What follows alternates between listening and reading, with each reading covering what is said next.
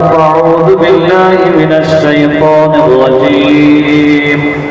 بسم الله الرحمن الرحيم.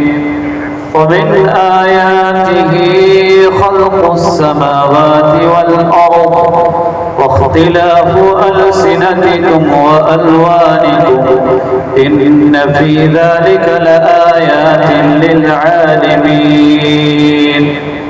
صدق الله العظيم. إنما الأعمال بالنيات وإنما لامرئ ما نوى فمن كانت هجرته إلى دنيا يصيبها أو إلى امرأة ينكحها فهجرته إلى ما هاجر إليه. صدق رسوله النبي الكريم. സർവശക്തനായ അല്ലാഹു സുബ്ഹാനഹു വ തആല നമ്മുടെ ഈ കൂട്ടത്തെ പൂർണ്ണമായും സ്വീകരിക്കുകയും അംഗീകരിക്കുകയും ചെയ്യുമാറാകട്ടെ. അല്ലാഹു സുബ്ഹാനഹു വ തആല മനുഷ്യരായ നമുക്ക് ഈ ദുനിയാവിൽ ഒരു ജീവിതം അനുവദിച്ചിരിക്കുന്നത് അല്ലാഹുവിനെ അറിയാനും അവനെ ആരാധിക്കാനും വേണ്ടി മാത്രമാണ്. വിശുദ്ധ ഖുർആനിൽ അല്ലാഹു അറിയിക്കുന്നുണ്ട്, വമാ ഖലഖ്തുൽ ജിന്ന വൽ ഇൻസ ഇല്ലാ ലിയഅ്ബുദൂൻ. മനുഷ്യരെയും ജിന്നുകളെയും ഞാൻ പടച്ചിരിക്കുന്നത് എന്നെ ആരാധിക്കാൻ വേണ്ടി മാത്രമാണ്. അബ്ദുല്ലാഹി ഇബ്നു അബ്ബാസ് റളിയല്ലാഹു അൻഹുമായി ഈ ആയത്തിനെ വിവക്ഷിച്ചുകൊണ്ട് പറയുകയാണ്, ഇല്ലാ ലിയഅരിഫൂൻ. മനുഷ്യരെയും ജിന്നുകളെയും പടച്ചത് എന്നെ മനസ്സിലാക്കാൻ വേണ്ടി, എന്നെ അറിയാൻ വേണ്ടി മാത്രമാണ്. അല്ലാഹുവിനെ എങ്ങനെയാണ് നാം മനസ്സിലാക്കേണ്ടുന്നത്, അറിയേണ്ടുന്നത്? അതിനുവേണ്ടി അല്ലാഹു സുബ്ഹാനഹു വ തആല രണ്ട് കാര്യങ്ങൾ ക്രമീകരിച്ചിരിക്കുകയാണ്. ഒന്ന് അൽ ആലം, ഈ പ്രപഞ്ചം തന്നെയാണ്. ആകാശം മുതൽ ഭൂമി വരെ വ്യാപിച്ചു കിടക്കുന്ന ബൃഹത്തായ പ്രപഞ്ചം. ഈ പ്രപഞ്ചത്തിലെ ഓരോ സൃഷ്ടികളെ കുറിച്ചും നാം കൂലങ്കഷമായി ചിന്തിച്ചു കഴിഞ്ഞാൽ നമ്മുടെ ഹൃദയം അംഗീകരിക്കുന്ന ഒരു യാഥാർത്ഥ്യമുണ്ട്, അല്ലാഹുവിന്റെ അസ്തിത്വം. അതുകൊണ്ട് തന്നെ വിശുദ്ധ ഖുർആനിൽ അല്ലാഹു സുബ്ഹാനഹു വ തആല 5 വിജ്ഞാന ശാഖകൾ ചർച്ച ചെയ്തപ്പോൾ വളരെ മർമ്മപ്രധാനമായി അല്ലാഹുവിന്റെ അനുഗ്രഹങ്ങൾ, അവന്റെ സൃഷ്ടികൾ, അവന്റെ അത്ഭുതകരമായ പ്രപഞ്ചം, ആകാശം, ഭൂമി, സൂര്യൻ, ചന്ദ്രൻ, നക്ഷത്രങ്ങൾ, പക്ഷിപർവാദികൾ, ജന്തുക്കൾ, വൃക്ഷലതാദികൾ, മനുഷ്യർ, ഇതിനെക്കുറിച്ച് സവിസ്തരം വിശദീകരിച്ചിട്ടുണ്ട്. എന്തുകൊണ്ടാണ് മനുഷ്യൻ അവന്റെ ഹൃദയം കൊണ്ട് അല്ലാഹുവിലേക്ക് ചെന്നണയാൻ വേണ്ടി? അല്ലാഹുവിന്റെ ദൃഷ്ടാന്തങ്ങളിൽപ്പെട്ടതാണ് ഖൽഖുസ് സമാവാതി വൽ അർദ്, ആകാശഭൂമികളുടെ സൃഷ്ടി. ഇന്നോളം ലോകത്ത് ആരും അവകാശവാദം ഉന്നയിച്ചിട്ടില്ല, ഞാനാണ് ആകാശത്തെ പടച്ചത്, ഞാനാണ് ഭൂമിയെ സൃഷ്ടിച്ചത്, എന്റെ ടെക്നോളജി, എന്റെ സാങ്കേതിക വിദ്യയാണ് ഈ പ്രപഞ്ചത്തിനെ സൃഷ്ടിച്ചത് എന്ന് ആരും അവകാശപ്പെട്ടിട്ടില്ല. അല്ലാഹു മാത്രം ഉന്നയിക്കുന്ന അവകാശവാദമാണ് ആകാശഭൂമികളുടെ സൃഷ്ടിപ്പ്. ഒമിൻ ആയാതിഹി, അല്ലാഹുവിന്റെ ദൃഷ്ടാന്തങ്ങളിൽപ്പെട്ടതാണ്, അല്ലാഹുവിന്റെ അസ്തിത്വത്തെ വിളിച്ചറിയിക്കുന്ന മഹാസത്യത്തിൽപ്പെട്ടതാണ് ഖൽഖുസ് സമാവാതി വൽ അർദ്, ആകാശഭൂമികളുടെ സൃഷ്ടിപ്പ്. വഖ്തിലാഫു അൽസിനതികും വ അൽവാനികും, നിങ്ങളുടെ ഭാഷകൾ വ്യത്യസ്തമായി എന്ന്. ലോകത്ത് ഇന്ന് 800 കോടി മനുഷ്യരുണ്ട്. ഒരേ അളവിലുള്ള നാവിൽ നിന്ന് വ്യത്യസ്തമായ ഭാഷകൾ പുറത്തേക്ക് വരികയാണ്. മലയാളം, തമിഴ്, തെലുങ്ക്, കന്നഡ, ഇംഗ്ലീഷ്, ഫാരിസി, ഉറുദു, ഹിന്ദി, അറബി, ഇങ്ങനെ വ്യത്യസ്തമായ ഭാഷ നാവിൽ നിന്ന് പുറത്തേക്ക് വരികയാണ്. അൽവാനിക്കും, നിങ്ങളുടെ നിറങ്ങൾ വ്യത്യസ്തമായി എന്നതും. ലോകത്ത് ഇന്ന് 800 കോടി മനുഷ്യരുണ്ട് എങ്കിൽ 800 കോടി മനുഷ്യർക്കും വ്യത്യസ്തമായ ഡിസൈനുകൾ. ഇവിടെ ഇരിക്കുന്ന ആൾക്കാരുടെ തന്നെ ഡിസൈനുകൾ പരിശോധിച്ചു കഴിഞ്ഞാൽ വ്യത്യസ്തമാണ്. അപ്പൊ ഇത് അല്ലാഹുവിന്റെ വ്യക്തമായ ദൃഷ്ടാന്തങ്ങളിൽപ്പെട്ടതാണ്. ഇന്ന ഫീ ദാലിക ലആയാതിൻ ലിൽ ആലിമീൻ, വിവരമുള്ളവർക്കാണ് ഇതിന് ദൃഷ്ടാന്തം എന്ന് അല്ലാഹു അറിയിക്കുകയാണ്. ഇമാം ശാഫിഈ അലൈഹി റഹ്മയോട് അല്ലാഹുവിനെ കുറിച്ച് ചോദ്യം ചെയ്തു ഒരു ചിലർ സമീപിച്ചു. അല്ലാഹുവിന്റെ അസ്തിത്വം ഒന്ന് പരിചയപ്പെടുത്തി തരണം. അള്ളാഹുവിനെ മനസ്സിലാക്കി കൊടുക്കാൻ ഇമാം ഷാഫി അലൈഹി റഹ്മ അവരുടെ മുന്നിൽ സമർപ്പിച്ചത് ഒരു വൃക്ഷത്തിന്റെ ഇലയാണ്. ഒരു വൃക്ഷത്തിന്റെ ഇല ഭക്ഷിക്കുന്ന ചെമ്മരിയാട് അതിന് പകരമായി പാല് നൽകുന്നു. അതേ വൃക്ഷത്തിന്റെ ഇല ഭക്ഷിക്കുന്ന പട്ടുനൂൽ നൽകുന്നു. അതേ വൃക്ഷത്തിന്റെ ഇല ഭക്ഷിക്കുന്ന കസ്തൂരിമാൻ കസ്തൂരി തൈലം നൽകുന്നു. വിസ്മയകരമായി മാറ്റത്തിന് പിന്നിൽ ഒരു അദൃശ്യ ശക്തിയുടെ പ്രവർത്തനം നടന്നു എന്ന് ഏത് ബുദ്ധിയാണ് വിസമ്മതിക്കുന്നത്? ആ അദൃശ്യ ശക്തിയുടെ പേരാണ് അല്ലാഹ്. ഇമാം അഹ്മദ് ബിൻ ഹംബൽ റഹിമഹുല്ലാഹ് അല്ലാഹുവിനെ പരിചയപ്പെടുത്താൻ വേണ്ടി ജനങ്ങളുടെ മുന്നിൽ സമർപ്പിച്ചത് ഒരു കോഴിമുട്ടയെയാണ്. നയന മനോഹരമായ ഒരു ഗോളം. അതിന്റെ ഉള്ളിലുള്ള ലായനിയിൽ നിന്ന് പപ്പും കൂടയും കൈകാലുകളും ഉടലുകളുമുള്ള ഒരു ജീവി ജന്മമെടുക്കുകയും കാലപരിധി പൂർത്തിയാകുമ്പോൾ ഈ പ്രപഞ്ചത്തിലേക്ക് വിരിഞ്ഞു വരികയും ചെയ്യുന്നു. കോഴിമുട്ടയുടെ ഉള്ളിൽ കോഴിക്കുഞ്ഞിന് ജന്മം നൽകിയതാരാണ്? കാലപരിധി പൂർത്തിയാകുമ്പോൾ ഈ പ്രപഞ്ചത്തിലേക്ക് അതിനെ വിരിയിച്ചു കൊണ്ടുവന്നതാരാണ്? തീർച്ചയായും ഇതിന് പിന്നിൽ ഒരു അദൃശ്യ ശക്തിയുടെ പ്രവർത്തനം നടന്നിട്ടുണ്ട്. ആ അദൃശ്യ ശക്തിയുടെ പേരാണ് അല്ലാഹ്. അല്ലാമ ഇബ്നു കസീർ ഒരു യുക്തിവാദിയുടെ കഥ അദ്ദേഹത്തിന്റെ തഫ്സീറിൽ എഴുതുന്നുണ്ട്.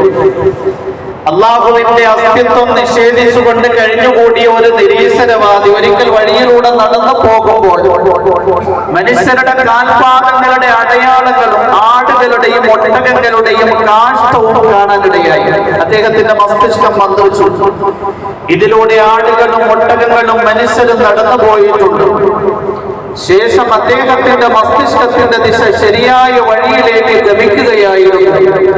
ഈ ചെറിയ ചെറിയ അടയാളങ്ങൾ ഇതിലൂടെ ആടുകളും മനുഷ്യരും ഒട്ടകങ്ങളും നടന്നു എന്നതിന് തെളിവാകാമെങ്കിൽ ബൃഹത്തായ ഭൂമി, താരനിബിഡമായ നീലാകാശം, തിരതല്ലുന്ന സമുദ്രം, ഇതൊക്കെ ഇതിനൊരു സൃഷ്ടാവുണ്ട് എന്നതിലേക്കുള്ള വ്യക്തമായ തെളിവല്ലേ എന്ന് ചിന്തിച്ച അദ്ദേഹം നിരീശ്വരവാദത്തിന്റെ ഇരുളുകളിൽ നിന്ന് ഇസ്ലാമിന്റെ വെള്ളി വെളിച്ചത്തിലേക്ക് കടന്നു വരികയായിരുന്നു. വിശുദ്ധ ഖുർആനിൽ അല്ലാഹു സുബ്ഹാനഹു വ തആല അതുകൊണ്ട് തന്നെ സൂറത്തുൽ ബഖറ മുതലുള്ള സൂറത്തുകളിൽ ഈ പ്രപഞ്ചത്തിനെ നന്നായി വിശദീകരിച്ചിരിക്കുകയാണ്. ഇന്ന ഫീ ഖൽഖിസ് സമാവാതി വൽ അർദി വഖ്തിലാഫിൽ ലൈലി വൻ നഹാർ والفلك التي تجري في البحر بما ينفع الناس وما أنزل الله من السماء من ماء فأحيا به الأرض بعد موتها وبث فيها من كل دابة وتصريف الرياح والسحاب المسخر بين السماء والأرض لآيات لقوم يعقلون. ഈ ആയത്ത് സൂറത്തുൽ ബഖറയിലെ ആയത്താണ്. ഈ ആയത്തിൽ അല്ലാഹു സുബ്ഹാനഹു വ തആല അവന്റെ അത്ഭുതകരമായ കുറേ സൃഷ്ടിവൈഭവങ്ങളെ വിവരിക്കുകയാണ്. ഇന്ന ഫീ ഖൽഖിസ് സമാവാതി വൽ അർദ്, തീർച്ചയായും ആകാശഭൂമികളുടെ സൃഷ്ടിപ്പിലുണ്ട്. വഖ്തിലാഫിൽ ലൈലി വൻ നഹാർ, രാപകലുകൾ മാറി മറിഞ്ഞു വരുന്നതിലുണ്ട്. والفلك التي تجري في البحر بما ينفع الناس, ജനങ്ങൾക്ക് പ്രയോജനപ്രദമാകുന്ന സാധനങ്ങളെയും വഹിച്ചുകൊണ്ട് സമുദ്രത്തിലൂടെ സഞ്ചരിച്ചു നീങ്ങുന്ന കപ്പൽ അല്ലാഹുവിന്റെ അത്ഭുതകരമായ ഒരു ദൃഷ്ടാന്തമാണ്. നമ്മുടെ കേരളത്തിലെ ഏറ്റവും ഉയർന്ന കപ്പൽ അറേബ്യൻ സീ ആണ്. ആ കപ്പലിൽ ഈ വിനീതൻ ഒരിക്കൽ കൊച്ചിയിൽ നിന്ന് മിനിക്കോയ് ദ്വീപിലേക്ക് യാത്ര ചെയ്യുകയുണ്ടായി. വൈകുന്നേരം 6 മണിക്ക് കൊച്ചി തുറമുഖത്ത് നിന്ന് പുറപ്പെട്ട ആ കപ്പൽ പിറ്റേന്ന് പ്രഭാതം 6 മണിയായപ്പോ മിനിക്കോയ് ദ്വീപിലെത്തി. ഞങ്ങളുടെ കൂട്ടുകാരെ കപ്പലിന്റെ മുകളിൽ പോയി പാതിരാത്രി സമയത്ത് കപ്പിത്താനോട് ചോദിച്ചു, 12 മണിക്കൂർ കൊണ്ട് എങ്ങനെയാണ് കൊച്ചി തുറമുഖത്ത് നിന്ന് മിനിക്കോയ് ദ്വീപിൽ നിങ്ങൾ ഈ കപ്പലിനെ എത്തിക്കുന്നത്?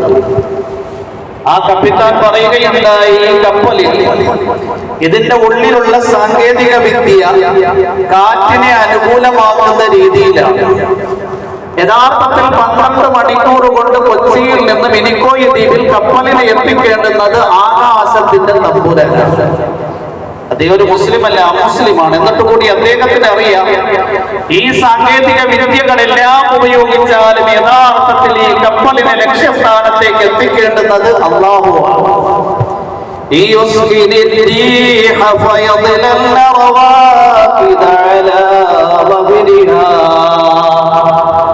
അല്ലാഹു സമുദ്രത്തിന്റെ മുകളിലുള്ള കാറ്റിനെ നിശ്ചലമാക്കി കഴിഞ്ഞാൽ കപ്പലുകൾ സഞ്ചരിക്കാതെ സമുദ്രത്തിന്റെ പ്രതലത്തിൽ അങ്ങനെ തന്നെ സ്തരിച്ചു നിന്നു പോകും എന്ന് ഖുർആൻ പറയുകയാണ്. والفلك التي تجري في البحر بما ينفع الناس ജനങ്ങൾക്ക് പ്രയോജനപ്രദമാകുന്ന സാധനങ്ങളെയും വഹിച്ചുകൊണ്ട് സമുദ്രത്തിലൂടെ സഞ്ചരിക്കുന്ന കപ്പൽ, പെട്രോള്, ഡീസൽ, ഈ ഉൽപ്പന്നങ്ങളെല്ലാം കപ്പലിലൂടെയാണ് നമ്മുടെ രാജ്യങ്ങളിൽ എത്തിപ്പെടുന്നത്. ഇന്നും കപ്പലിന്റെ യാത്ര സജീവമായി സമുദ്രത്തിൽ നടത്തുകയാണ്.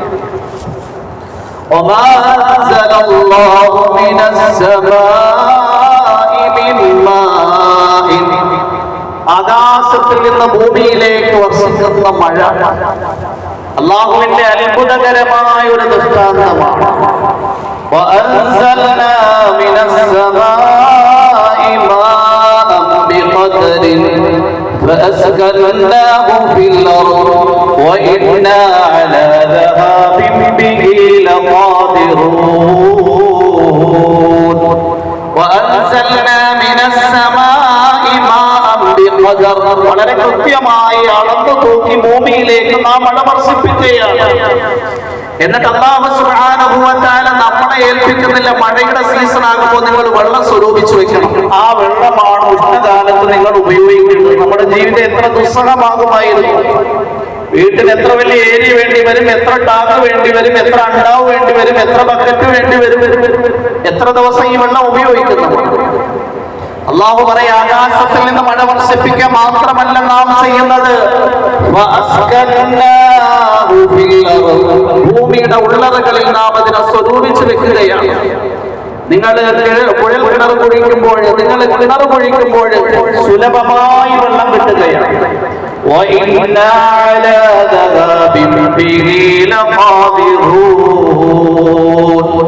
ഭൂമിയുടെ ഉള്ളറയിൽ സ്വരൂപിച്ചു വെച്ചിരിക്കുന്ന വെള്ളത്തെ പോക്കിക്കളയാൻ നമുക്ക് കഴിയും. നമ്മൾ കണ്ടിട്ടുണ്ട് ചില സ്ഥലങ്ങളിൽ എത്ര ഫിറ്റ് കുഴൽക്കിണർ കുഴിച്ചാലും വെള്ളം കിട്ടില്ല. ഹാറൂൻ റഷീദ് ചക്രവർത്തി ദീനിയായ പ്രഭാഷണം നടത്തിക്കൊണ്ടിരിക്കുമ്പോൾ അദ്ദേഹത്തിന് ദാഹം അനുഭവപ്പെട്ടു. പ്രജകളിൽപ്പെട്ട ഒരാളോട് ഒരു ഗ്ലാസ് വെള്ളം കൊണ്ടുവരാൻ നിർദ്ദേശിച്ചു. ചക്രവർത്തിയുടെ നിർദ്ദേശം പാലിച്ചുകൊണ്ട് അദ്ദേഹത്തിന്റെ സവിധത്തിൽ ഒരു ഗ്ലാസ് വെള്ളം ഹാജരാക്കപ്പെട്ടു.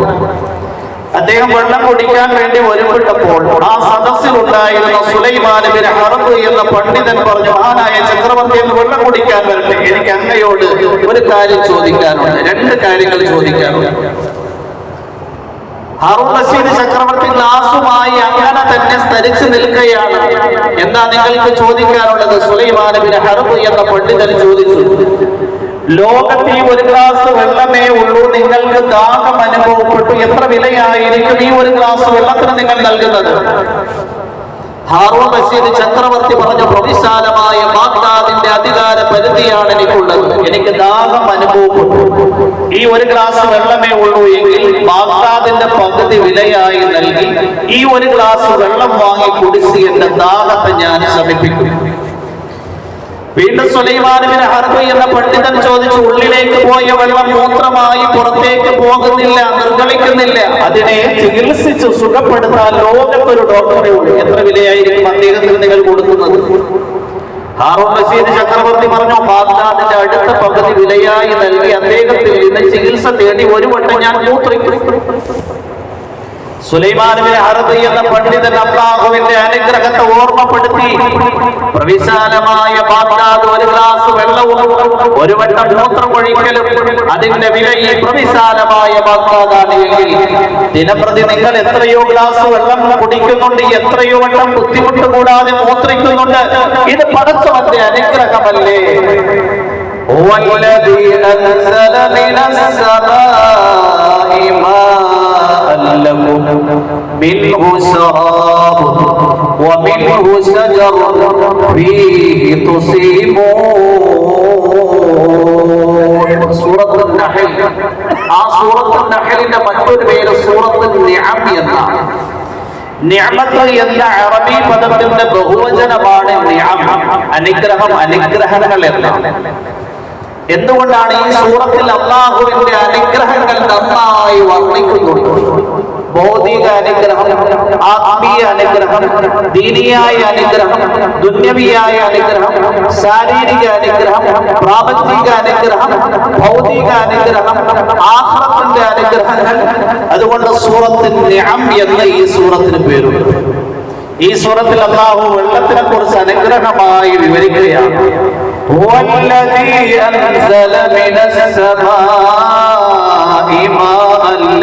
അല്ലാഹു ആരാണെന്ന് നമുക്കറിയോ?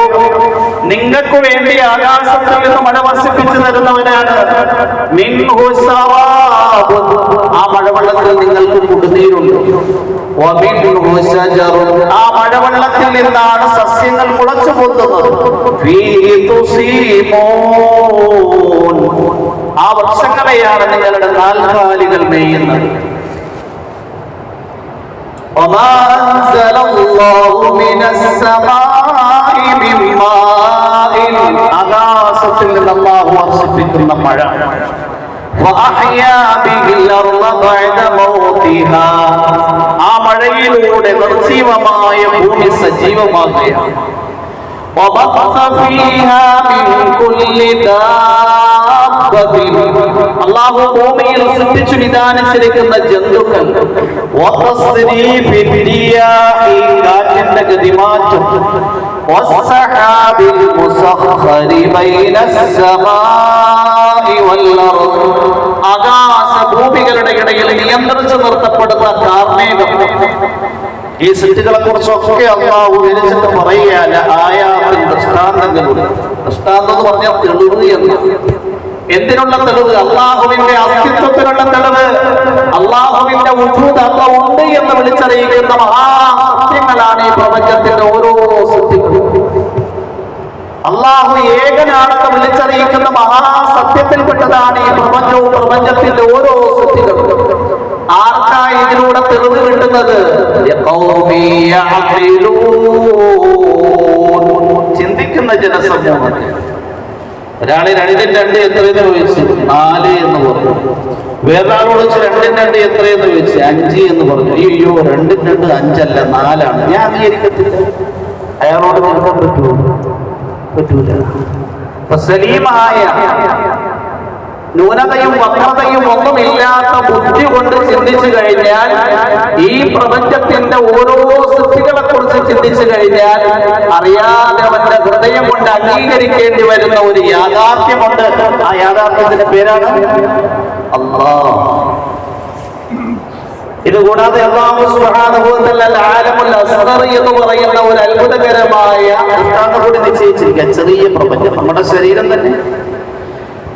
ഈ ശരീരത്തെ കുറിച്ച് നമ്മൾ ചിന്തിച്ചു കഴിഞ്ഞാൽ അറിയാതെ അല്ലാഹുവിലേക്ക് എത്തും. അല്ലാമ ജലാലുദ്ദീൻ റൂമി എന്ന് പറയുന്ന 6-ാം നൂറ്റാണ്ടിൽ ജീവിച്ചിരുന്ന വലിയൊരു തത്വജ്ഞാനി ഉണ്ടായിരുന്നു. അദ്ദേഹം എഴുതിയ വിഖ്യാതമായ ഒരു ഗ്രന്ഥമാണ് മസ്നവി. കഥകൾ പറഞ്ഞിട്ടാണ് അദ്ദേഹം മനുഷ്യനെ തത്വത്തിലേക്ക് ക്ഷണിക്കുന്നത്. അതിൽ അദ്ദേഹം ഒരു കഥ പറയുന്നു.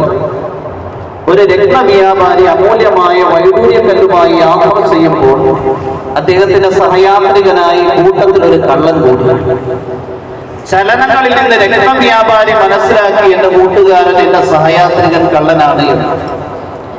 രാത്രി 2 പേരും ഒന്നിച്ച് ആഹാരം കഴിച്ചു. വിശ്രമിക്കാൻ സമയമായപ്പോൾ കള്ളൻ തന്റെ പ്രാഥമിക ആവശ്യമൊക്കെ നിർവഹിക്കാൻ വേണ്ടി പോയ സന്ദർഭം നോക്കി രത്നവ്യാപാരി തന്റെ കയ്യിലുണ്ടായിരുന്ന അമൂല്യമായ വൈഡൂര്യക്കല്ല് കള്ളന്റെ ബാഗിൽ ഒളിപ്പിച്ചു. എന്നിട്ട് രാത്രി രത്നവ്യാപാരി സുഖമായി ഉറങ്ങി. കള്ളൻ കൂർക്കമ്പലി കേട്ടപ്പോ രാത്രി എഴുന്നേറ്റ് രത്നവ്യാപാരിയുടെ ബാഗ് പരിശോധിച്ചു, പാന്റും ഷർട്ടും ഒക്കെ പരിശോധിച്ചു നോക്കി, തിരിച്ചും മറിച്ചും ഒക്കെ പരുതി നോക്കി, വെളുക്കുന്നത് വരെ പരിശോധിച്ചിട്ട് വൈഡൂര്യക്കല്ല് കിട്ടിയില്ല. രാവിലെ കള്ളൻ തന്റെ പ്രാഥമിക ആവശ്യം നിർവഹിക്കാൻ വേണ്ടി പോയ സന്ദർഭത്തിൽ കള്ളന്റെ ബാഗിൽ ഒളിപ്പിച്ചിരുന്ന വൈഡൂര്യക്കല്ല് രത്നവ്യാപാരി തന്റെ പോക്കറ്റിൽ നിക്ഷേപിച്ചു. യാത്ര തുടർന്നു. കള്ളൻ ആശ്ചര്യപ്പെട്ടു. രാത്രി വൈഡൂര്യക്കല്ല് എങ്ങോട്ട് പോയി? പകലിൽ രത്നവ്യാപാരിയുടെ പോക്കറ്റിൽ മിന്നിത്തിളങ്ങുകയാണ്. പിറ്റേ രാത്രിയിൽ കഥ ഇത്, മൂന്നാമത്തെ രാത്രി ഇതേ കഥ. 3 രാത്രിയിൽ രത്നവ്യാപാരി നന്നായി ഉറങ്ങി. കള്ളന്റെ ഉറക്കം. 4ാമത്തെ പകലായപ്പോൾ കള്ളൻ രത്നവ്യാപാരിയോട് ചോദിച്ചു, പകലിൽ നിങ്ങളുടെ പോക്കറ്റിൽ മിന്നിത്തിളങ്ങുന്ന ഈ വൈഡൂര്യക്കല്ല് രാത്രി ഇങ്ങോട്ട് പറയുന്നു? രത്നവ്യാപാരി പറഞ്ഞാണ്, വിണ്ടി പമ്പര വിണ്ടി, രാത്രിയെല്ലാം ഉറക്കമെഴുന്നേറ്റ് എന്റെ ബാഗ് പരത്തിയതിൽ നിന്ന്, എന്റെ സാധനങ്ങളിൽ പരിശോധിച്ചതിൽ നിന്ന് അല്പസമയം ഒഴിവാക്കിയെടുത്ത് സ്വന്തം സാധനം ഒന്ന് പരിശോധിച്ചു നോക്കിയിരുന്നെങ്കിൽ അതിൽ നിന്ന് ഈ വൈഡൂര്യക്കല്ല് കിട്ടുമായിരുന്നു. അല്ലാമ ജലാലുദ്ദീൻ റൂമി ഈ കഥ എഴുതിയിട്ട് പറയുന്നത് കണക്ക് മനുഷ്യൻ അള്ളാഹുവിന്റെ അസ്തിത്വത്തെ തേടിക്കൊണ്ട് അള്ളാഹു ഉണ്ടോ എന്നറിയാൻ വേണ്ടി ഗ്രഹങ്ങളിലേക്കും ഉപഗ്രഹങ്ങളിലേക്കും യാത്ര ചെയ്യുകയാണ്. അള്ളാഹു ഉണ്ട് എന്നറിയാൻ വേണ്ടി ഗ്രഹങ്ങളിലേക്കും ഉപഗ്രഹങ്ങളിലേക്കും യാത്ര ചെയ്യേണ്ടുന്ന കാര്യമില്ല.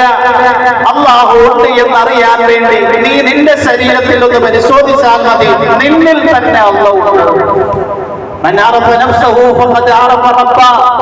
ഏതൊരുത്തൻ തന്റെ ശരീരത്തിനെ അറിഞ്ഞോ അവൻ അവന്റെ രക്ഷിതാവിനെ അറിഞ്ഞു. ഇത്രയും 2 നല്ല കണ്ണുകൾ, ആ കണ്ണിൽ കാഴ്ച ശക്തി, ഇത്രയും നല്ല 2 ചെവികൾ, അതിൽ കേൾവി ശക്തി, ഇത്രയും നല്ല നാമത്തിൽ സംസാര ശേഷി, ഇത്രയും നല്ല അവയവങ്ങൾ, അതിൽ ചലന ശക്തി, ഇത്രയും നല്ല മസ്തിഷ്കം, അതിൽ ചിന്താശക്തി ആർക്കാണ് ചെയ്യാൻ കഴിയുന്നത്? അല്ലാഹു മാത്രമേ കഴിയൂ. നിങ്ങൾ നിങ്ങളുടെ ശരീരത്തെ നോക്കി ചിന്തിക്കുന്നില്ലേ? തീർച്ചയായും അല്ലാഹുവിനെ അറിയാൻ. ലോകത്ത് കഴിഞ്ഞുപോയ വലിയ ഒരു ദായി ഉണ്ടായിരുന്നു, മൗലാന ഉമർ സാഹിബ് പാലക്കൂടി റഹിമഹുല്ലാഹ്. മഹാനവറുകൾ ബംഗ്ലാദേശിലെ സമ്മേളനം കഴിഞ്ഞ് വിമാനത്തിൽ ജപ്പാനിലേക്ക് യാത്ര തിരിക്കുമ്പോൾ അദ്ദേഹത്തിന്റെ സഹയാത്രികനായ കൂട്ടത്തിലുണ്ടായിരുന്നത് ഒരു യുക്തിവാദിയായ ഡോക്ടറായിരുന്നു. മൗലാനയെ കണ്ട മാത്രയിൽ തന്നെ ആ യുക്തിവാദി ചോദിച്ചു, നിങ്ങളെ കണ്ടപ്പോൾ തന്നെ, നിങ്ങളുടെ കെട്ടും മട്ടുമൊക്കെ കണ്ടപ്പോൾ നിങ്ങളൊരു വിശ്വാസിയാണ് എന്ന് തോന്നുന്നുണ്ടല്ലോ? മൗലാന ഉമർ സാഹിബ് പാലക്കൂടി റഹിമഹുല്ലാഹ് പറഞ്ഞു, ഞാൻ വിശ്വാസി എന്ന് മാത്രമല്ല, ജനങ്ങളെ അല്ലാഹുവിലേക്ക് ക്ഷണിക്കുന്ന ഒരു ദായി കൂടിയാണ്, ഒരു പ്രബോധകൻ കൂടിയാണ്. ആ യുക്തിവാദിയായ ഡോക്ടർ പറഞ്ഞു, നിങ്ങൾ ഏതൊരു അള്ളാനെ പരിചയപ്പെടുത്തുന്നോ, ഏതൊരു അള്ളാനെ വിശ്വസിക്കുന്നോ, ആ അല്ലാഹ് ഉണ്ട് എന്ന് കൂടി ഞാൻ അംഗീകരിക്കുന്നില്ല. മൗലാന ഉമർ സാഹിബ് പാലക്കൂടി റഹിമഹുല്ലാഹ് ചോദിച്ചു, എന്തുകൊണ്ടാണ് നിങ്ങളത് അംഗീകരിക്കാത്തത്?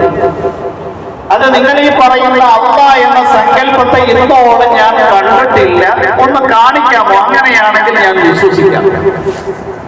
മൗലാന ഉമർ സാഹിബ് പാലക്കൂടി റഹിമഹുല്ലാഹ് യുക്തിവാദിയായ ഡോക്ടറോട് പറഞ്ഞു, ഡോക്ടർ സാഹിബ്, ധാരാളം കാര്യങ്ങളെ കാണാതെ മറ്റൊരാൾക്ക് നിങ്ങൾക്ക് കാണിച്ചു തരാൻ സാധ്യമല്ലാതെ തെളിവുകളുടെ അടിസ്ഥാനത്തിൽ ഉണ്ട് എന്ന് നിങ്ങൾ അംഗീകരിക്കുകയും വിശ്വസിക്കുകയും ചെയ്യുന്നുണ്ട്.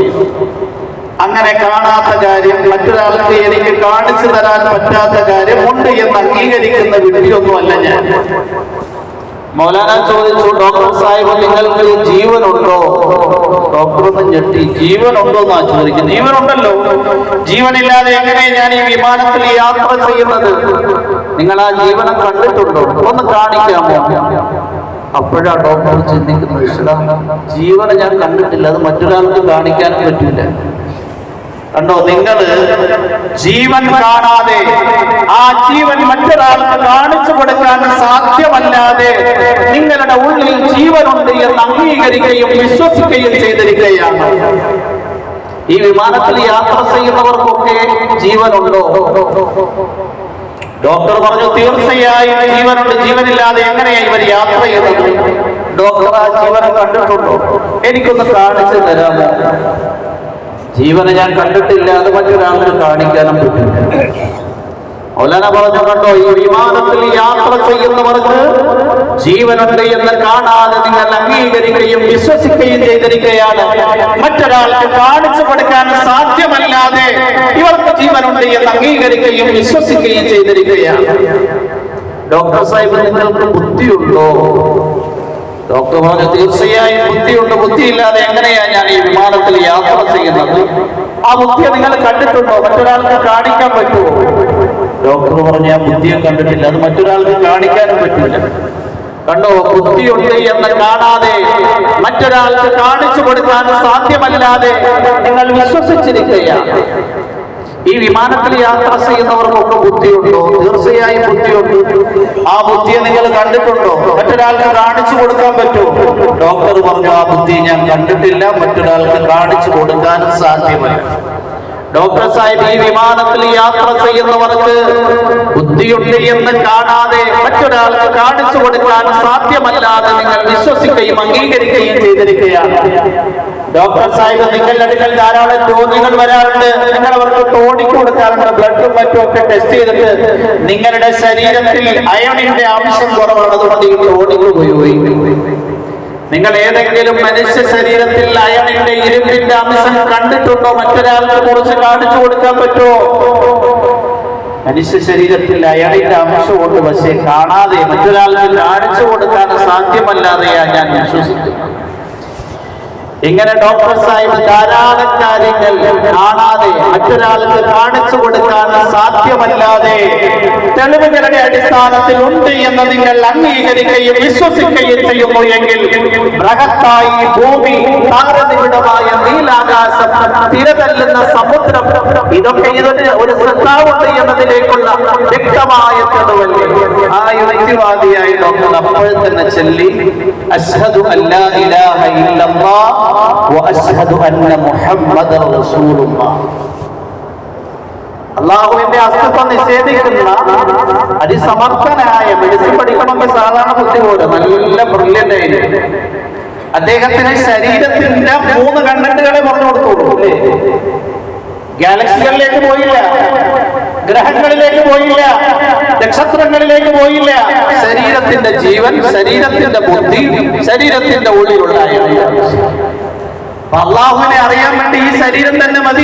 ഇന്ന് മഗ്‌രിബിന്റെ തുടക്കത്തിൽ ഏത് സൂറത്താ മതിയെന്ന് പറഞ്ഞു കഴിഞ്ഞിട്ട് ബിസ്മില്ലാഹിർ റഹ്മാനിർ റഹീം വത്തീനി വസ്സൈതൂൻ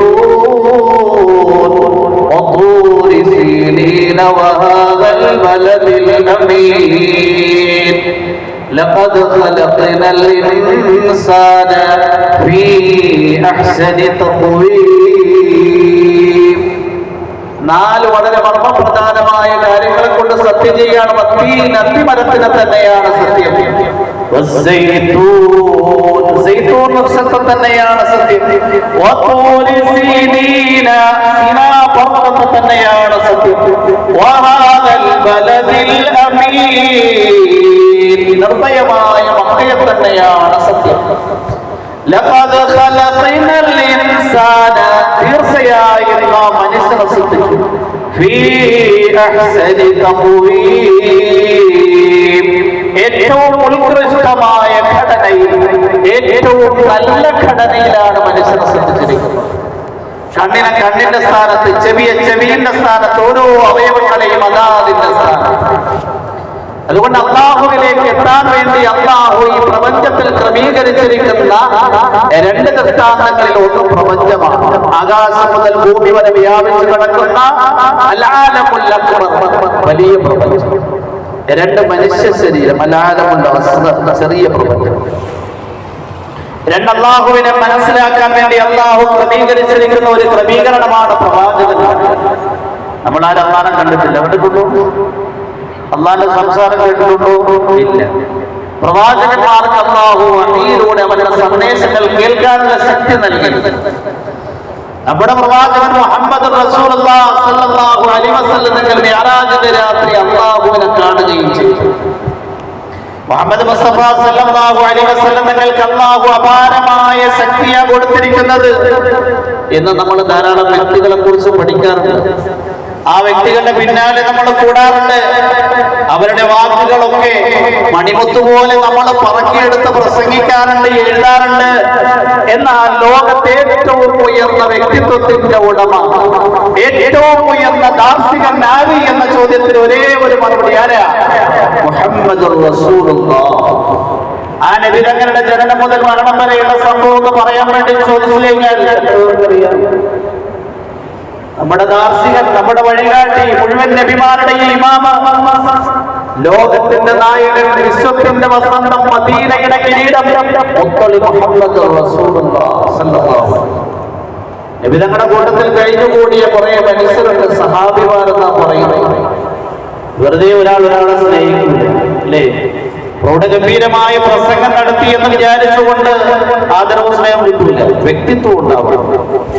എന്തുകൊണ്ടാണ് മുഹമ്മദിനെ സഹാബിമാരെ സ്നേഹിച്ചത്? അത്രയും ഉയർന്ന വ്യക്തിത്വം മുഹമ്മദിനുണ്ട് സല്ലല്ലാഹു അലൈഹി വസല്ലം. നബി തങ്ങളുടെ അടുക്കൽ ഒരു സഹാബി വന്നിട്ട് പറയുകയാണ്, അല്ലാഹുവിന്റെ പ്രവാചകരെ, അങ്ങയെ ഞാൻ വല്ലാതെ സ്നേഹിക്കുന്നുണ്ട്. എന്റെ വീട്ടിലിരിക്കുമ്പോൾ അങ്ങയെ കാണണമെന്ന് ആഗ്രഹമുണ്ടായാൽ എന്റെ ശരീരത്തിൽ നിന്നോ ജീവൻ പിരിയാൻ ആ നിലയിൽ ഞാൻ അസ്വസ്ഥമാണ്. ഞാൻ വീട് വിട്ടിറങ്ങി ഓടും, അങ്ങയെ കാണുമ്പോൾ എന്റെ ഹൃദയം സായുജ്യമടയും. അല്ലാഹുവിന്റെ പ്രവാചകരെ, ഈ ദുനിയാവിൽ വെച്ച് അങ്ങയെ കാണാൻ ആഗ്രഹിച്ചാൽ അങ്ങയെ കാണാതിരിക്കാൻ നിർവാഹമില്ല. എന്റെ ശരീരത്തിൽ നിന്ന് ജീവൻ പിരിയാൻ അടുക്കും. നാളെ ആഖിറത്തിൽ സ്വർഗത്തിൽ അങ്ങ് പ്രവാചകന്മാരുടെ ഉന്നതമായ സോപാനങ്ങളിൽ വിരാജിക്കുമ്പോൾ അങ്ങയെ കാണണമെന്ന് ആഗ്രഹിച്ചാൽ ഞാൻ എന്താ പ്രവർത്തിക്കുന്നത്? ഞാൻ സ്വർഗത്തിൽ താഴെ എവിടെയെങ്കിലും ആയിരിക്കത്തില്ലേ? അല്ലാഹുവിന്റെ പ്രവാചകൻ മുഹമ്മദ് റസൂലുള്ളാഹി സ്വല്ലല്ലാഹു അലൈഹി വസല്ലം തങ്ങൾ നിശബ്ദനായി നസലുൽ അമീൻ മലക്ക് ജിബ്രീൽ അലൈഹിസ്സലാം വന്നുകൊണ്ട് ഖിയാമത്ത് നാൾ വരെ വരുന്ന മുസ്ലിം സമുദായത്തിന് അല്ലാഹുവിന്റെ പ്രവാചകന്റെ കൂട്ടത്തിൽ സ്വർഗ്ഗത്തിൽ പ്രവേശിക്കാനുള്ള അവസരം ഒരുക്കി തരികയാണ്.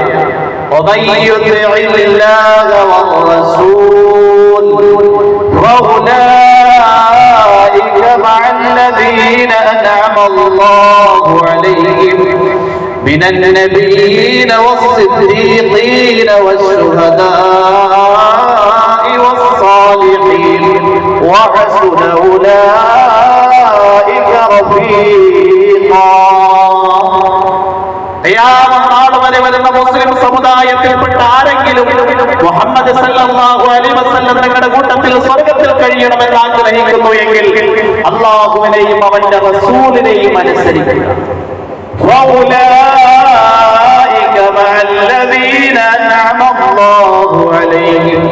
അവർ അല്ലാഹു അനുഗ്രഹിച്ചവരുടെ കൂട്ടത്തിലായി.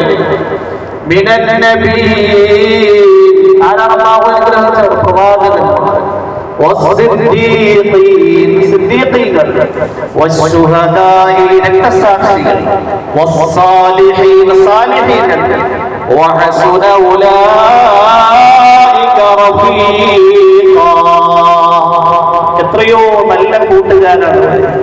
നമ്മുടെ നാട്ടിലൊരു മിനിസ്റ്റർ നമ്മളുമായി വലിയ സൗഹൃദ ബന്ധത്തിൽ എന്ന് അറിഞ്ഞു കഴിഞ്ഞാൽ നമ്മൾ അഭിമാനിക്കാറുണ്ട്. എന്നാൽ ഏറ്റവും ഉയർന്ന സൗഹൃദം സ്ഥാപിക്കേണ്ടത് നബിമാര്, സിദ്ദീഖീങ്ങൾ, സാലിഹീങ്ങൾ ഇവരുടെ കൂട്ടത്തിലെ മർബിൻ അബ്ദുൽ അസീസ് റഹിമഹുല്ലാഹ്, നമ്മുടെ കൂട്ടുകാര്, നമ്മുടെ മക്കളുടെ കൂട്ടുകാര്, ഇവരെ കുറിച്ച് ഒന്നും നമ്മൾ ചിന്തിക്കാറില്ല. മക്കള് നല്ല അക്ഷര കൂട്ടങ്ങളുള്ള കുറച്ച് ഡിഗ്രി നേടണം, നല്ല വേതനം കിട്ടുന്ന ഒരു ജോലി നേടണം. കാരണം വീട്ടില്, കുടുംബത്തില്, നാട്ടിലെ എല്ലാവരുടെ ഇടയിൽ അംഗീകാരം കിട്ടണമെങ്കിൽ ആവശ്യം. ഇതിന്റെ ഇടയിൽ അവരാരുമായിട്ടാണ് കൂടുന്നത്? അവരുടെ ഇസ്ലാമിന്റെ കൾച്ചർ നഷ്ടപ്പെട്ടു പോകുന്നുണ്ടോ? ഇതൊന്നും നമ്മൾ ചിന്തിക്കാറില്ല. മർബിൻ അബ്ദുൽ അസീസ് റഹിമഹുല്ലാഹ് അദ്ദേഹത്തിന്റെ ഖിലാഫത്ത് കാലത്ത് കുറെ കള്ളുകുടിയന്മാരെ പിടികൂടി അവർക്ക് ശിക്ഷാ നടപടികൾക്ക് തീരുമാനമാക്കിയപ്പോൾ അവരുടെ കൂട്ടത്തിലുണ്ടായിരുന്ന ഒരാൾ പറഞ്ഞു, അല്ലയോ ഉമർ ബിൻ അബ്ദുൽ അസീസ്, ഞാൻ മദ്യപിച്ചിട്ടില്ല, ഞാൻ പാല് കുടിച്ചിട്ടില്ല, പച്ചവെള്ളവും കുടിച്ചിട്ടില്ല, ഞാൻ നോമ്പുകാരനായിരുന്നു. മർബിൻ അബ്ദുൽ അസീസ് അദ്ദേഹത്തിന് മദ്യപാനികൾക്ക് നൽകുന്ന ശിക്ഷ നൽകുകയുണ്ടായി. അദ്ദേഹം ചോദിച്ചു, ഞാൻ നോമ്പുകാരനായിരുന്നു, എന്തിനാ എന്നെ നിങ്ങൾ ശിക്ഷിച്ചത്? മർബിൻ അബ്ദുൽ അസീസ് റഹിമഹുല്ലാഹ് ആ മദ്യപിച്ചിരുന്ന ആൾക്കാരുടെ കൂട്ടത്തിൽ ഇരുന്ന ആ നോമ്പുകാരനോട് ചോദിക്കുകയുണ്ടായി, അല്ലാഹുവിന്റെ പ്രവാചകൻ പഠിപ്പിച്ചു തന്നത് നീ കേട്ടിട്ടില്ലേ? മൻ കാന യുമിനു ബില്ലാഹി വൽ യൗമിൽ ആഖിർ ഫലാ യജ്ലിസ് അലാ മാഇദത്തിൻ യുദാറു ഫിഹൽ ഖംർ. അല്ലാഹുവിലും അന്ത്യദിനത്തിലും വിശ്വസിക്കുന്ന ഒരാളും മദ്യം വിളമ്പുന്ന ഭക്ഷണത്തളികയിൽ ഇരിക്കാൻ പാടില്ല എന്ന് നബി തങ്ങൾ പഠിപ്പിച്ചിട്ടില്ലേ? മദ്യം വിളമ്പുന്ന തളികയിലല്ല നിങ്ങൾ ഇരുന്നിരിക്കുന്നത്, മദ്യപിച്ച ആൾക്കാരുടെ കൂട്ടത്തിലാണ് നിങ്ങൾ ഇരുന്നിരിക്കുന്നത്. വടിവടിയായി അവരുടെ ദുർഗുണം നിന്നിൽ വരില്ലേ? അതുകൊണ്ട് എപ്പോഴും കൂട്ടുകാരാകേണ്ടതാരാ?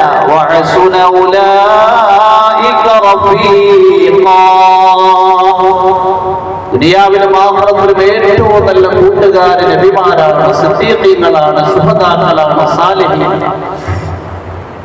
നബി തങ്ങൾ സല്ലല്ലാഹു അലൈഹി വസല്ലം തങ്ങളോട് ഒരു സഹാബിക്കുണ്ടായിരുന്ന സ്നേഹമാണ്. അതുകൊണ്ട് റസൂലുള്ളാഹി സ്വല്ലല്ലാഹു അലൈഹി വസല്ലം തങ്ങളുടെ ജീവിതം നമ്മൾ പഠിക്കണം. നബി തങ്ങൾക്ക് അല്ലാഹു സുബ്ഹാനഹു വ തആല കൊടുത്തിരിക്കുന്ന ശക്തി ലോകത്തുള്ള ഒരു മെറ്റീരിയലുകൾക്കുമില്ല, ഒരു പദാർത്ഥങ്ങൾക്കുമില്ല. റസൂലുള്ളാഹി സ്വല്ലല്ലാഹു അലൈഹി വസല്ലം തങ്ങൾ തങ്ങളുടെ കൈകൊണ്ട് സൂചന നൽകിയപ്പോൾ ചന്ദ്രൻ രണ്ടായി പിളർന്നു. മുഅ്ജിസത്താണ്. അല്ലാമ ജലാലുദ്ദീൻ സുയൂത്തി അദ്ദേഹത്തിന്റെ ഒരു കിതാബ് അൽ ഖസായിസുൽ കുബ്ര എന്ന പേര് നബി തങ്ങളുടെ 1000 മുഅ്ജിസത്തുകൾ എഴുതുന്നുണ്ട്, അമാനുഷികതകൾ എഴുതുന്നുണ്ട്. ഒരു അറാബിയായ മനുഷ്യൻ നബി തങ്ങളുടെ അടുക്കൽ വന്നിട്ട് ചോദിക്കുകയുണ്ടായി, മുഹമ്മദ് സല്ലല്ലാഹു അലൈഹി വസല്ലം, നിങ്ങളാണോ ആകാശത്തിൽ നിന്ന് വൃത്താന്തങ്ങൾ വരുന്നു എന്ന് വാദിക്കുന്നയാൾ? റസൂലുള്ളാഹി സ്വല്ലല്ലാഹു അലൈഹി വസല്ലം തങ്ങൾ പറഞ്ഞു, അതെ, ആകാശത്തിൽ നിന്ന് വഹി വരുന്നു എന്ന് വാദിക്കുന്നയാണ് ഞാൻ തന്നെയാണ്. എനിക്കങ്ങനെ വരാറുണ്ട്. ആ അറാബിയായ മനുഷ്യൻ ഒരു മലഞ്ചെരുവിൽ പോയി അവിടെ ചത്തു കിടന്ന ഒരു ഉടുപ്പിനെയും എടുത്ത് മുഹമ്മദ് സല്ലല്ലാഹു അലൈഹി വസല്ലം തങ്ങളുടെ സവിധത്തിൽ വന്നിട്ട് പറയുകയാണ്, മുഹമ്മദേ, ഈ ചത്തു കിടക്കുന്ന ഉടുപ്പ് അങ്ങയുടെ റിസാലത്തിനെ അംഗീകരിക്കുകയാണ് എങ്കിൽ അങ്ങ് അല്ലാഹുവിന്റെ ദൂതനാണ് എന്ന് ഞാൻ അംഗീകരിക്കാം. റസൂലുള്ളാഹി സ്വല്ലല്ലാഹു അലൈഹി വസല്ലം തങ്ങൾ ആ ഉടുപ്പിനെ വിളിച്ചു, യാ റബ്ബേ, ഉടുപ്പേ. നബി തങ്ങൾ വിളിക്കേണ്ടുന്ന താമസം ചത്തു കിടക്കുന്ന ഉടുപ്പ് ജീവനോടുകൂടി എഴുന്നേറ്റ് നിന്ന് മറുപടി നൽകുകയാണ്, ലബ്ബൈക വസഅദൈക യാ മൻ സയ്യന യൗമൽ ഖിയാമ. അങ്ങയുടെ വിളിക്ക് നാ ഉത്തരം നൽകിയിരിക്കുകയാണെന്ന് ഖിയാമത്തിന്റെ ദിനത്തിന്റെ അലങ്കാരമാണ്, സൗന്ദര്യമാണ്. അല്ലാഹുവിന്റെ പ്രവാചകൻ ആ ഉടുമ്പിനോട് ചോദിക്കുകയാണ്, മൻ ഖലഖക, ആരാണ് നിന്നെ പടച്ചത്?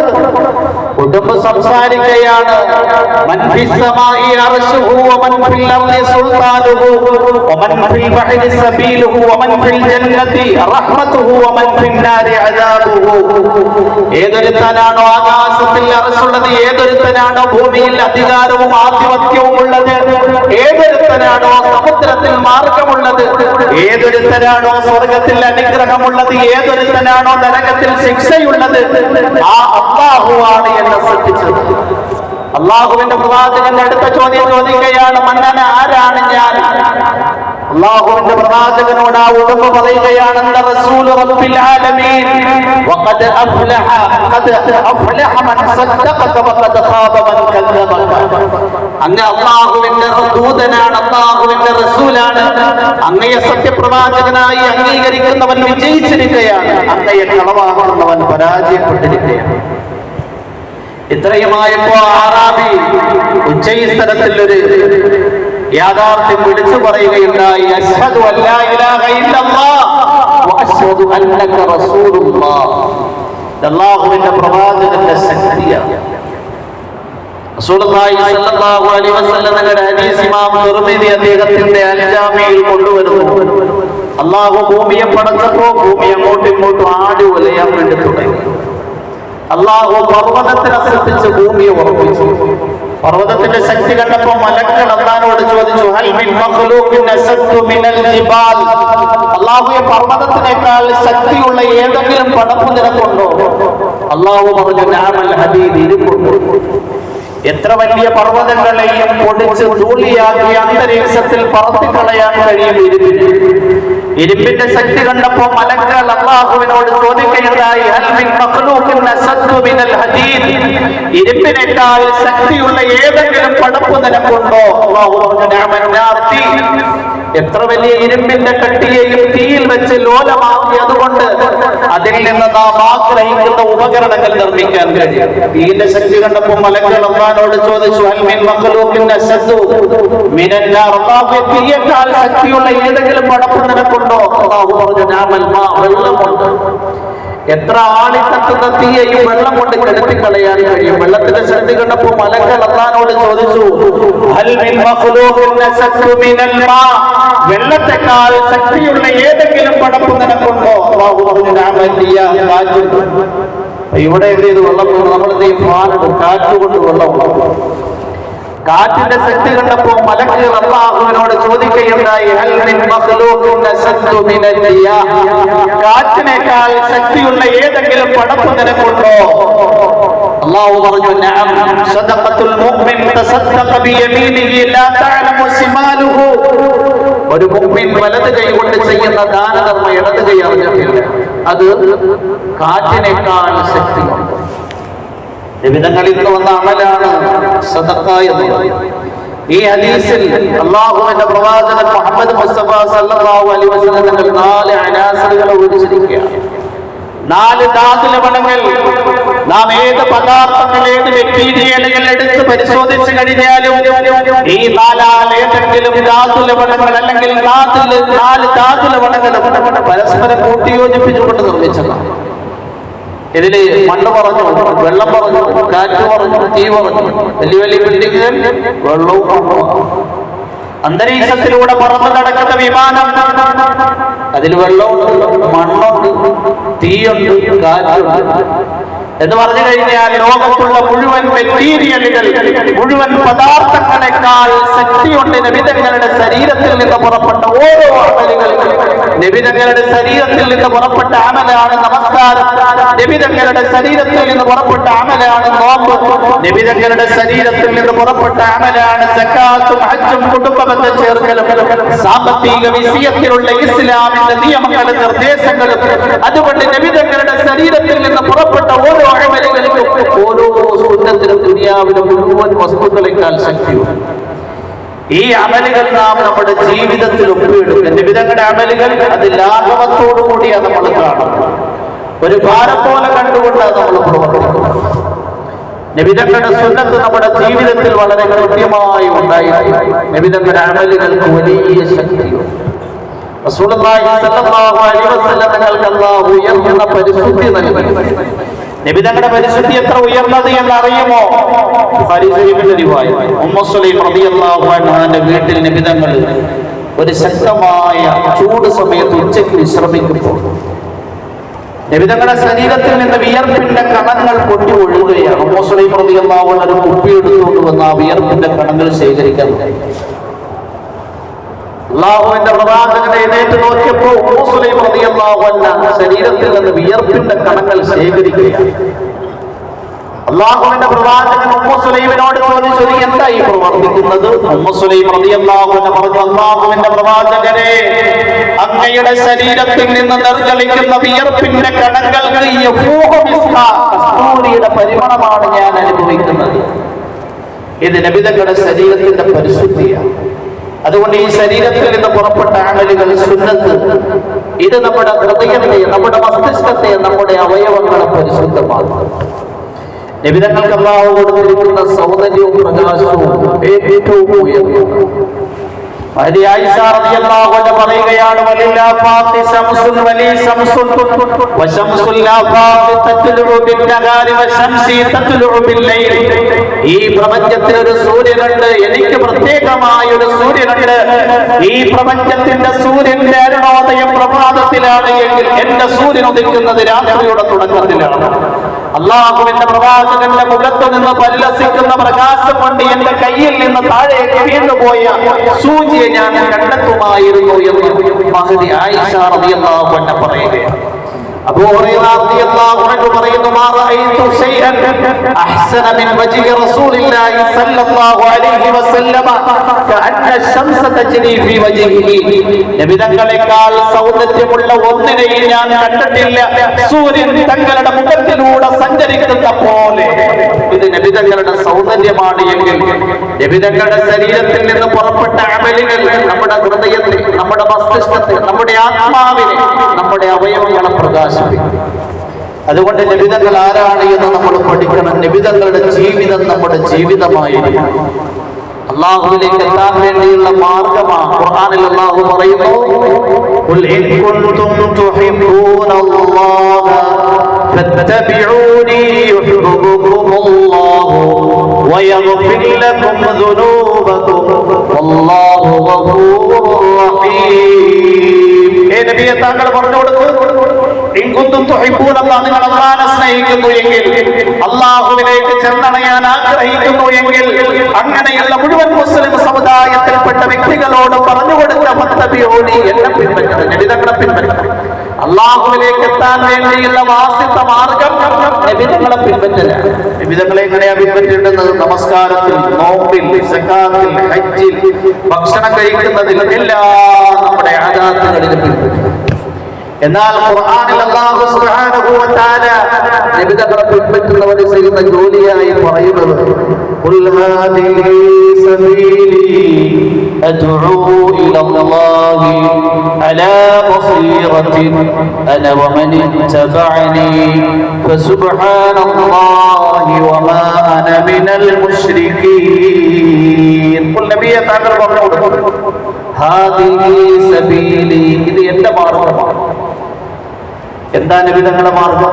അദ്ഉ ഇലല്ലാഹി അലാ ബസീറത്തിൻ, ദീർഘവീക്ഷണത്തോടെ ഞാൻ അല്ലാഹുവിലേക്ക് ജനങ്ങളെ ക്ഷണിക്കുന്നു. ഞാൻ മാത്രമല്ല, വമനിത്തബഅനി, എന്നെ പിൻപറ്റുന്നവർ. നബിതങ്ങളെ പിൻപറ്റുന്നവരെ ചെയ്യുന്ന ജോലിയായ ഖുർആനിൽ അല്ലാഹു പറഞ്ഞത് ദഅവത്തിനെയാണ്. എന്തുകൊണ്ടാണ്? എത്ര നമ്മൾ ജനങ്ങളെ അല്ലാഹുവിലേക്ക്, അല്ലാഹുവിന്റെ ദീനിലേക്ക്, നബിതങ്ങളുടെ അമലിലേക്ക്, നബിതങ്ങളുടെ സുന്നത്തിലേക്ക് ദഅവത്ത് ചെയ്യുമ്പോൾ അത്രയും കൂടുതലായി നമ്മുടെ ഹൃദയത്തിൽ പടച്ചവനുമായി ബന്ധമുണ്ടാവും, നമ്മുടെ ജീവിതത്തിൽ നബിതങ്ങളുടെ സുന്നത്തുണ്ടാവും, അല്ലേ? അതുകൊണ്ടാണ് ഈ ജമാഅത്തിലൊക്കെ പോകുന്ന ആൾക്കാർ കണ്ടിട്ടില്ലേ, വളരെ മോശമായി ആൾക്കാർ പിന്നെ കാണുമ്പോൾ നോക്കുമ്പോൾ കമീസ്, താടി, ഏതോ ഉസ്താദിന്റെ മൂലത്തിലാണ് ധരിച്ചു വരുന്നത്. കാരണം എന്താണ്? ദഅവത്ത് ചെയ്യുന്നതിലൂടെ, തള്ളക്കോഴി എന്ന് പറയും, തള്ളക്കോഴി ഉണ്ടെങ്കിൽ കുഞ്ഞുങ്ങൾ സംരക്ഷിക്കപ്പെട്ടു. തള്ളക്കോഴി ഇല്ലെങ്കിൽ പരുന്ന് റാഞ്ചിക്കൊണ്ടുപോകും, കഴുകൻ റാഞ്ചിക്കൊണ്ടുപോകും, പക്ഷികൾ റാഞ്ചിക്കൊണ്ടുപോകും. ഇതുപോലെ ദഅവത്ത് തള്ളക്കോഴിയാണ്. ഈ ദഅവത്ത് നമ്മളിൽ ഉണ്ട് എങ്കിൽ അതിന്റെ കീഴിൽ ബാക്കി മുഴുവൻ അമലുകൾ, മുഴുവൻ സുന്നത്തുകൾ സുരക്ഷിതമായിരിക്കും. അഥവാ ദഅവത്തില്ല എങ്കിൽ കല്യാണത്തിലെത്തി ശരീഅത്ത് പോകും, സുന്നത്ത് പോകും. നിസ്കരിക്കാൻ ചിലപ്പോൾ ഈ പള്ളികൾ കല്യാണത്തിന് ഒരു ദിവസം ചോറുകാരനായി കാക്കുമാറാണ്. അതുകൊണ്ട് ദഅവത്ത് നമ്മൾ ചെയ്യണം. ഖുർആൻ ശരീഫിൽ അല്ലാഹു സുബ്ഹാനഹു വ തആല അസ്ഹാബുൽ കഹ്ഫിന്റെ ചരിത്ര സംഭവം പറയുന്നു. അസ്ഹാബുൽ കഹ്ഫ് എന്ന് പറഞ്ഞു കഴിഞ്ഞാൽ ദഖിയാനസ് എന്ന് പറയുന്ന അക്രമകാരിയായ ഭരണകർത്താവ് അദ്ദേഹം രാജ്യത്തുള്ള മുഴുവൻ ജനങ്ങളെയും അദ്ദേഹത്തിന്റെ ഭരണ സംവിധാനങ്ങൾ ഉപയോഗിച്ചുകൊണ്ട് മുസ്ലിമീങ്ങളാക്കി. ഒരു വിഭാഗം യുവാക്കൾ അല്ലാഹുവിന്റെ ഏകത്വം അംഗീകരിച്ചുകൊണ്ട് ജീവിക്കുന്നു എന്നറിയാനിടയായി. മുഴുവൻ ജനങ്ങളുടെയും മുന്നിൽ ആ യുവാക്കളെ ഹാജരാക്കി. രാജാവ്, പട്ടാളക്കാർ, അദ്ദേഹത്തിന്റെ ഭരണ സംവിധാനങ്ങൾ, മുഴുവൻ ജനങ്ങൾ, ഇവരുടെ ഇടയിലാണ് കുറഞ്ഞ യുവാക്കൾ വന്നു നിൽക്കുന്ന നിലപാട് വ്യക്തമാക്കാൻ വേണ്ടി. അവരെന്റെ ഇത് പരസ്യമായ നിലപാട് വ്യക്തമാക്കി. എന്താ നിലപാട് വ്യക്തമാക്കി? ഞങ്ങളുടെ രക്ഷിതാവ് അന്നയാണെന്ന് അവർക്ക്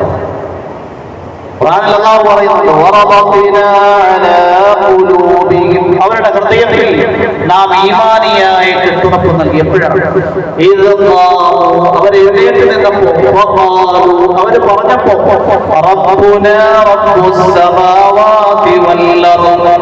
ഞങ്ങളുടെ രക്ഷിതാവ് ആകാശങ്ങളുടെയും ഭൂമിയുടെയും രക്ഷിതാവാണ്.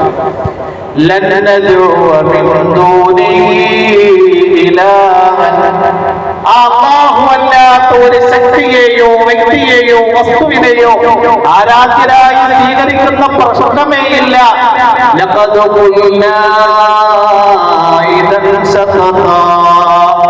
അങ്ങനെ അല്ലാഹുവല്ലാത്ത ഏതെങ്കിലും വ്യക്തിയെയോ വസ്തുവിനെയോ ശക്തിയെയോ ആരാധ്യരായി സ്വീകരിച്ചു കഴിഞ്ഞാൽ അല്ലാഹുവിന്റെ വിഷയത്തിൽ നാം അന്യായം പറഞ്ഞവരായി പോകും. അതുകൊണ്ട് ശിർക്കിന്റെ പ്രശ്നമേ ഇല്ല. രാജാവ് പേടിച്ചു.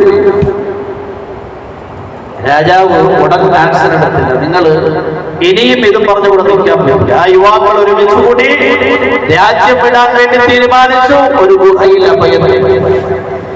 ഈമാനും തൗഹീദും കാത്തു സൂക്ഷിക്കാൻ വേണ്ടി പ്രതിസന്ധിയുടെ നടുത്തളത്തിൽ ആ രാജ്യത്തിൽ നിന്ന് പുറപ്പെട്ട് ഗുഹയിലേക്ക് അഭയം നേടിയ യുവാക്കൾക്ക് അല്ലാഹു ലോകത്തിന്റെ ഏറ്റവും ഉയർന്ന ആസ്മാവാകുന്ന സൂര്യനെ അധീനപ്പെടുത്തി കൊടുത്തു. സൂര്യൻ ഉദിക്കുന്ന വേളയിൽ അതിന്റെ പ്രകാശരശ്മി ഉള്ളിലേക്ക് കടന്ന് അവരുടെ ഉറക്കത്തിന് കേടുപാട് സംഭവിക്കാതിരിക്കാൻ വേണ്ടി ആ സൂര്യന്റെ പ്രകാശരശ്മി ഗുഹയെ വിട്ടുകൊണ്ട് വലതുഭാഗത്തേക്ക് തന്നെ മാറി.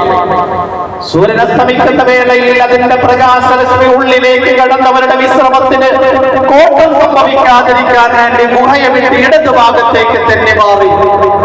ഇത് ഒരു വർഷമോ ഒരു പതിറ്റാണ്ടോ ഒരു നൂറ്റാണ്ടോ അല്ല, 309 വർഷം ഈ നിലയിൽ അല്ലാഹു സൂര്യനെ ദിനപ്പെടുത്തി കൊടുത്തു.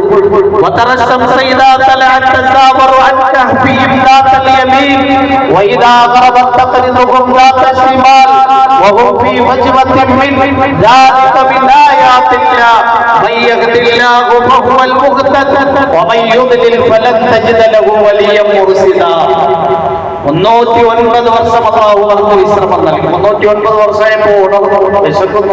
കുറച്ചു പേര് മാർക്കറ്റിൽ പോയി. മാർക്കറ്റ് ഇസ്ലാമികമായി, രാജ്യം മുസ്ലിമീങ്ങളുടേതായി, രാജാവ് മുസ്ലിമായി. 309 വർഷം മുമ്പുള്ള നാണയമായിട്ട് വന്നപ്പോൾ അവര് രാജാവിന്റെ അടുക്കൽ അവരെ കൊണ്ടുപോയി. രാജാവ് ദുആയിരുന്നിരുന്നു, പടച്ചവനെ തൗഹീദ് ഈമാനും കാത്തു സൂക്ഷിക്കാൻ വേണ്ടി രാജ്യം പെട്ട യുവാക്കളുണ്ട്, അവരൊക്കെ കാണാൻ ആഗ്രഹമുണ്ട്. രാജാവും പട്ടാളക്കാരും ജനങ്ങളും ഒക്കെ ആ ഗുഹയിൽ പോയി. ഗുഹയിൽ നിന്ന് ബാക്കിയുള്ളവരും പറഞ്ഞു. എല്ലാവരെയും രാജാവും പരിവാരങ്ങളും കണ്ടു. അവർ ഗുഹയുടെ ഉള്ളിലേക്ക് പോയി. അല്ലാഹു അവർക്ക് മരണം. എന്തിനു വേണ്ടിയായി ഈ സംഭവം അല്ലാഹു വിവരിക്കുന്നു? പ്രതിസന്ധിയുടെ നടുത്തളത്തിൽ നാം ഹൃദയത്തിലെ ഈമാനിൽ യാതൊരു നിലയിലുള്ള ചാഞ്ചാട്ടവും സംഭവിക്കാതിരിക്കാൻ വേണ്ടി, ഈമാനിൽ നിന്ന് ഹൃദയം വ്യതിചലിക്കാതിരിക്കാൻ വേണ്ടി നാം ചെയ്യേണ്ടുന്ന അമല്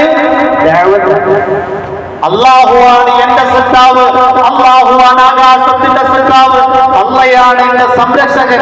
ഇത് വീട് വീടാന്തോറും കയറി ഇറങ്ങി പറയണം. അള്ളാന്റെ മാർഗത്തിൽ പുറപ്പെട്ടു പറയണം.